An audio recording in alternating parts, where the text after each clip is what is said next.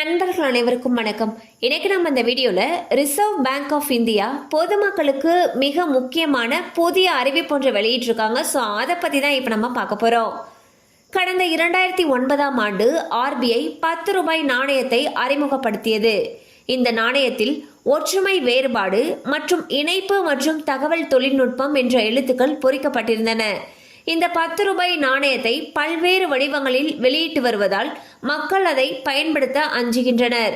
இதனால் ஆர்பிஐ 10 ரூபாய் நாணயத்தை எந்த இடத்திலும் பயன்படுத்தலாம் என்ற அறிக்கையை வெளியிட்டனர். இருப்பினும் இந்த நாணயத்தை ஒரு சில மாவட்டங்களில் உள்ள கடைகள், பேருந்துகள் மற்றும் வங்கிகள் போன்ற இடங்களில் வாங்குவதில்லை.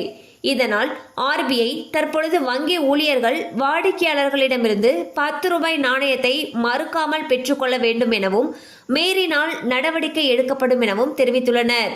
மேலும் இது குறித்த அறிவிப்பை அனைத்து வங்கிகளிலும் நோட்டீஸ் போன்றவற்றை மூலம் மக்களுக்கு தெரியப்படுத்த வேண்டும் எனவும் ஆர்பிஐ கூறியுள்ளது.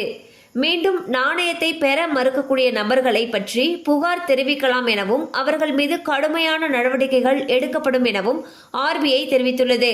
ஸோ பார்த்தீங்கன்னா 10 ரூபாய் நாணயமானது பல இடங்களில் வாங்கப்படுறது கிடையாது. குறிப்பாக பேருந்துகளில், வங்கிகளில் அண்ட் கடைகளில் இந்த மாதிரி எந்த இடத்துலையுமே அந்த 10 ரூபாய் நாணயத்தை வாங்குறதுக்கு மக்கள் தயக்கம் காட்டி வருகிறார்கள். இந்நிலையில் ஆர்பிஐ பார்த்தீங்கன்னா ஒரு முக்கியமான அறிவிப்பை வெளியிட்டிருக்காங்க. அதில் என்ன சொல்லியிருக்காங்கன்னா 10 ரூபாய் நாணயமானது செல்லும்னு சொல்லியிருக்காங்க. அண்ட் வங்கிகள் அண்ட் மற்ற கடைகள் இந்த மாதிரி எந்த இடங்கள்லையுமே இந்த 10 ரூபாய் நாணயத்தை உபயோகிக்கலாம் அப்படின்னு சொல்லியிருக்காங்க. வங்கிகளில் இது குறித்த அறிவிப்பை ஒரு நோட்டீஸ் மாதிரி அடிச்சு ஒட்டணும்னு சொல்லியிருக்காங்க. அண்ட் வங்கிகள் வாடிக்கையாளர்கள் கிட்ட இருந்து 10 ரூபாய் நாணயத்தை மறுக்காமல் கண்டிப்பாக வாங்கிக்கணும்னு சொல்லியிருக்காங்க.